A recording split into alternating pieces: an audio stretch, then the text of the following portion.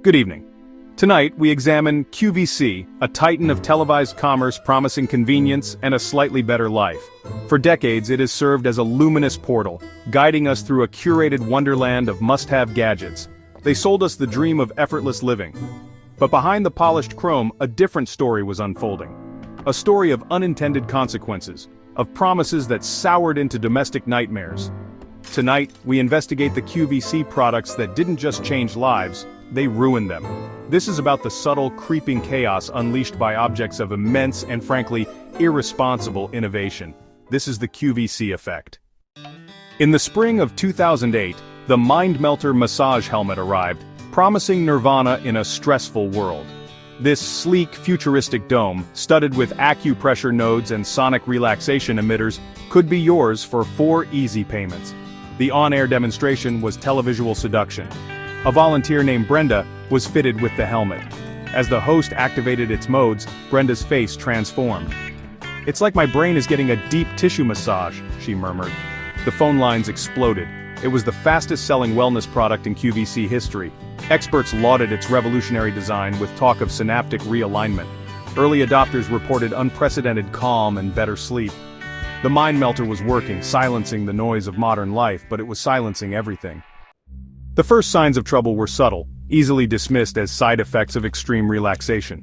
Users reported a certain apathy, a profound lack of motivation, a disinterest in activities they once enjoyed like hobbies, social gatherings, or basic personal hygiene. One man, a former avid gardener from Ohio, was found staring at a patch of weeds in his prize-winning rose garden. When his wife asked why he wasn't pulling them, he simply replied, "The weeds have as much right to be here as the roses, don't they, Sharon?" He was, of course, wearing the helmet at the time. This was not relaxation, this was the dawn of a philosophical crisis. Then came the more alarming reports. People were wearing the helmet for hours, even days on end. They wore it to the dinner table, to the supermarket, to their children's school plays. Productivity at workplaces plummeted as employees were discovered in supply closets, helmets on, gently humming to themselves. One CEO, an early adopter of the device, was said to have run an entire quarterly earnings call while wearing the Mind Melter, responding to every question from concerned investors with the serene, unhelpful phrase, "All outcomes are, in their own way, perfect." The company's stock, predictably, tanked.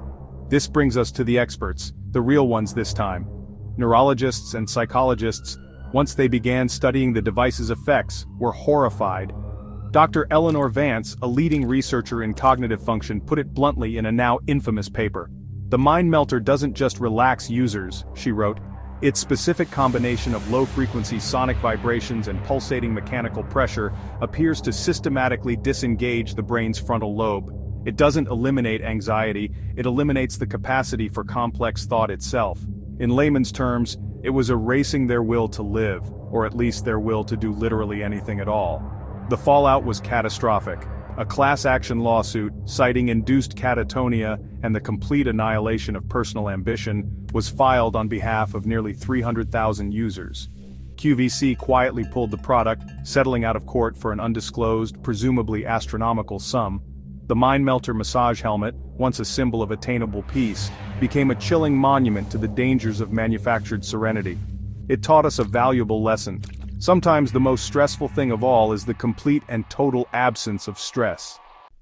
The next product targeted our desire for conviviality, the bottomless wine glass. Holding 750 milliliters, it was designed to contain an entire bottle of wine. QVC hosts presented this as its single greatest feature. The marketing was genius, positioning the glass as an emblem of uninterrupted pleasure.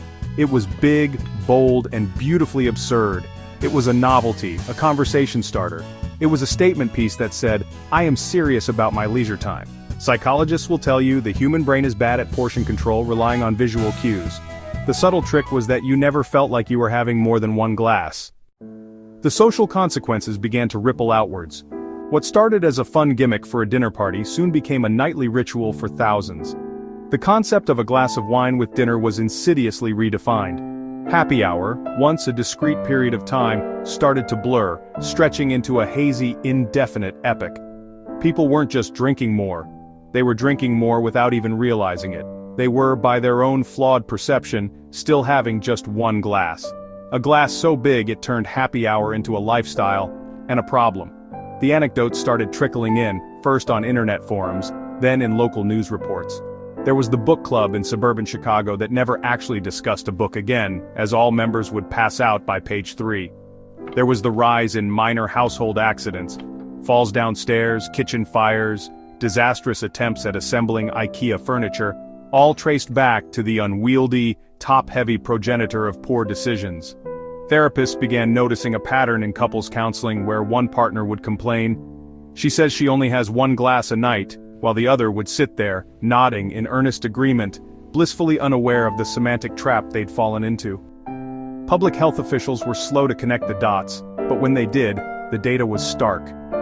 In regions with the highest sales figures for the bottomless wine glass, there was a corresponding and statistically significant spike in emergency room visits for alcohol-related incidents. Dr. Alistair Finch, a sociologist who studied the phenomenon, called it a masterclass in social engineering. He argued, "You didn't need to convince people to drink more. You just had to change the vessel. You made overconsumption feel normal, even elegant. It's the most dangerous kind of design, the kind that invisibly alters behavior." Eventually, under pressure from advocacy groups and facing a slew of pending lawsuits, QVC discontinued the product.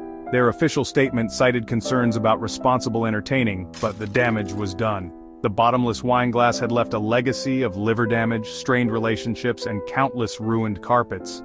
It served as a potent, oversized reminder that sometimes the most dangerous ideas are the ones that seem like fun, the ones that come in a box of 2, promising an evening of uninterrupted pleasure, one full bottle at a time.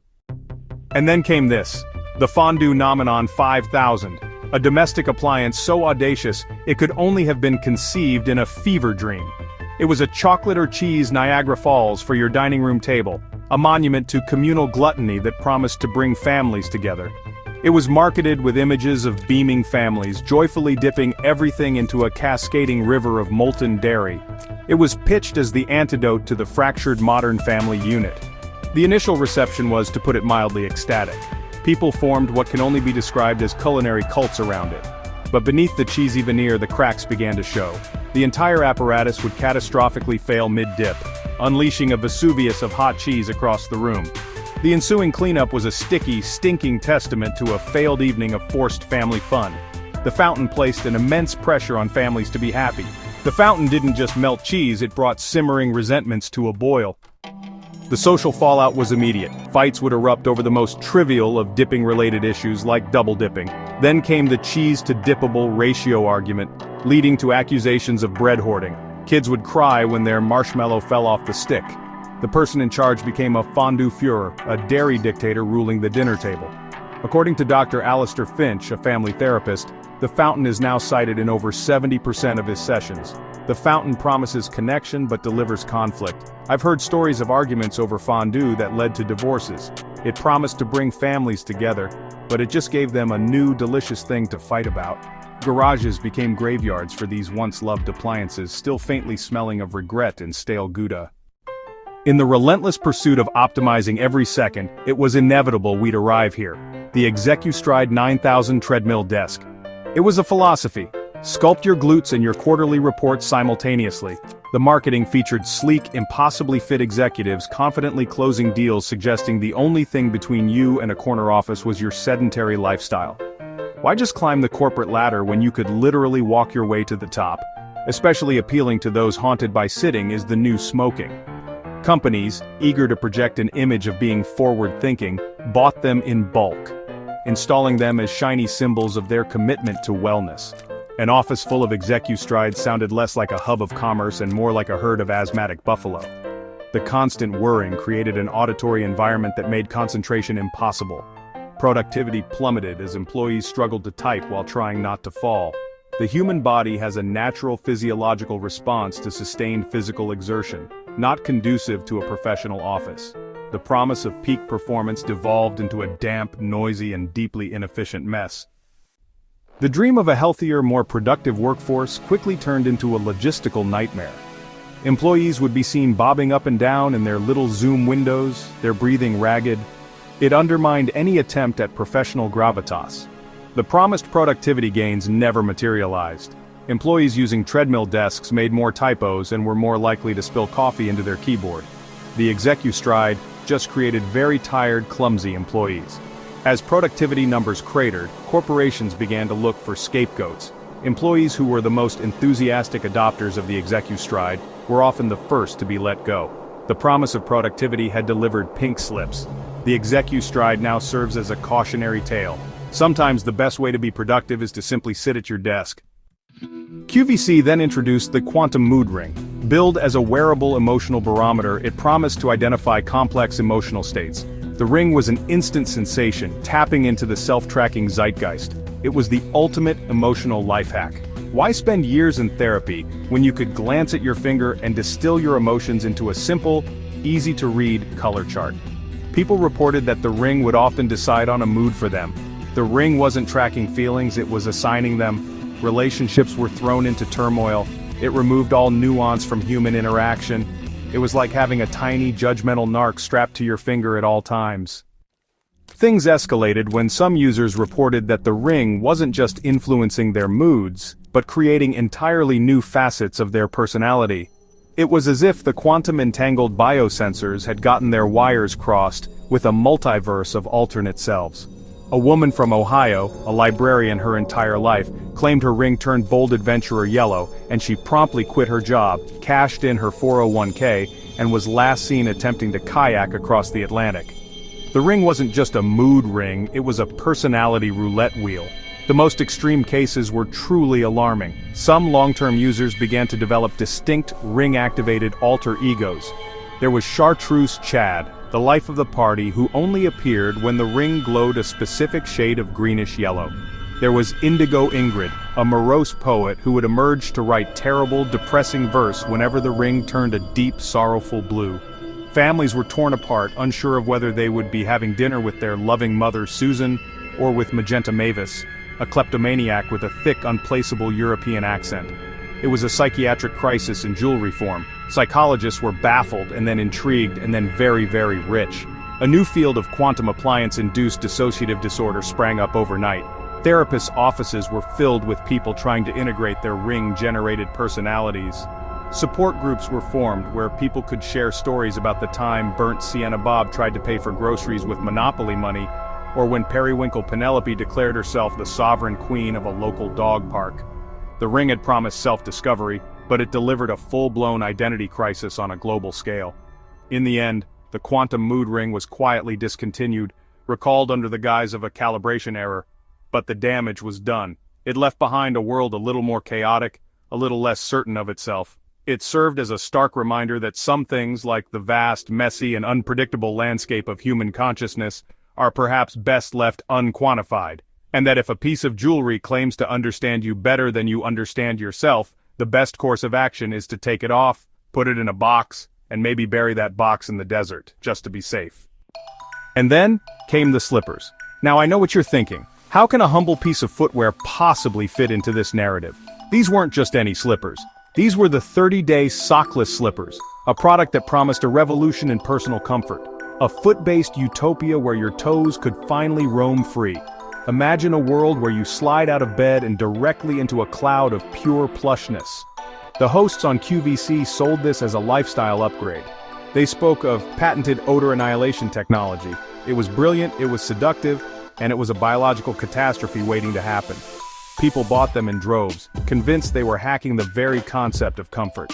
But you have to admire the sheer audacity of the premise. A 30-day challenge. It's genius, really. It's like a marathon.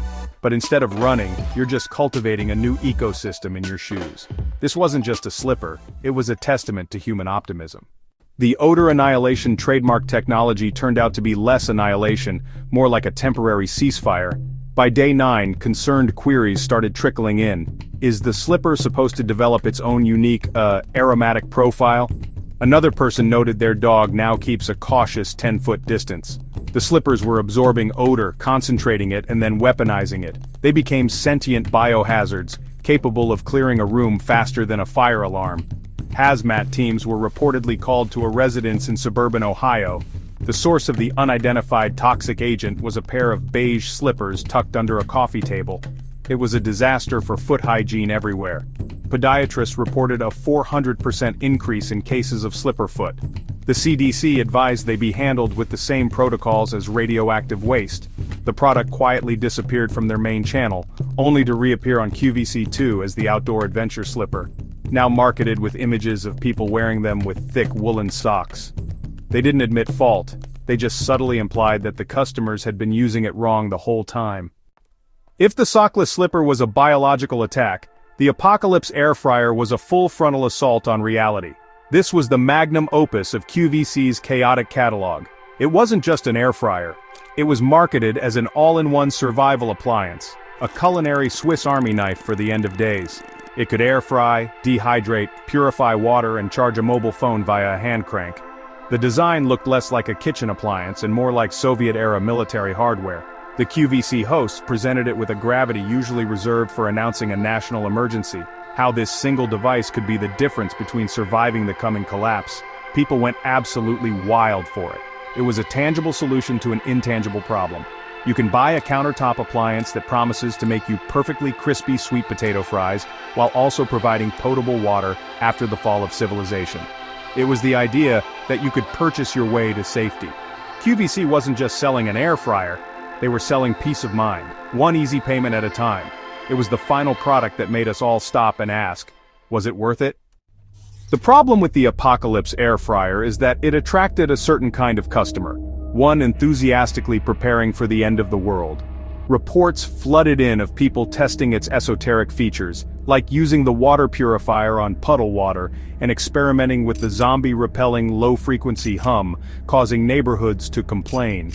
But the real crisis began when people started using it as an actual air fryer. It flash incinerated anything you put inside it. Food wasn't cooked, it was carbonized. Kitchens were coated in a thin layer of what was once a potato. The incidents piled up. The shortwave radio function broadcasted signals, leading to people accidentally broadcasting private conversations over secure channels. The Apocalypse air fryer wasn't just preparing you for the apocalypse, it was actively trying to start it. The product was so catastrophically dysfunctional that it triggered a wave of consumer revolts. The Apocalypse air fryer became a symbol of everything wrong with consumer culture. So there you have it. From a helmet that massaged you into a state of existential despair, to an air fryer that threatened to trigger a geopolitical crisis from your kitchen counter. It's a journey that has taken us through the uncanny valley of consumer desire, a landscape littered with fondue-related trauma, productivity-destroying treadmills, and slippers that should be classified as a bioweapon. Each product, a testament to our endless search for a quick fix, a simple solution, an easy payment plan for happiness. Each one a spectacular failure that chipped away at our sanity, our safety, and in some cases our very civilization. The QVC effect is not just about bad products, it's about the seductive power of the sales pitch. It's about the masterful way they tap into our deepest insecurities and desires. The desire for comfort, for connection, for health, for security, and offer us a cheap plastic mail-order solution. They sell us the dream of a better life, and what arrives in the box a week later is often a nightmare. A nightmare with a 30-day money-back guarantee, of course, but a nightmare nonetheless. It's a cycle of manufactured need and inevitable disappointment, broadcast 24 hours a day, 7 days a week. We've seen how a simple shopping channel with its smiling hosts and irresistible deals can unleash chaos. It's a reminder that the things we buy have consequences, that the pursuit of convenience can lead to catastrophe, and that patented technology is often just a fancy term for we haven't tested this at all. These products are not just anecdotes, they are artifacts from a war we have been waging against our own common sense, and it's a war we have been losing spectacularly, one purchase at a time, lured in by the siren song of a limited time offer. This has been a cautionary tale, a look into the abyss of impulse buying and the terrifying, often hilarious, results. So the next time you're up late, flipping through the channels, and you see a charismatic host promising that a single, miraculous product can solve all your problems, I want you to pause. I want you to think about the sockless slippers and the Apocalypse air fryer, because next time you see a deal on QVC, remember, civilization is at stake.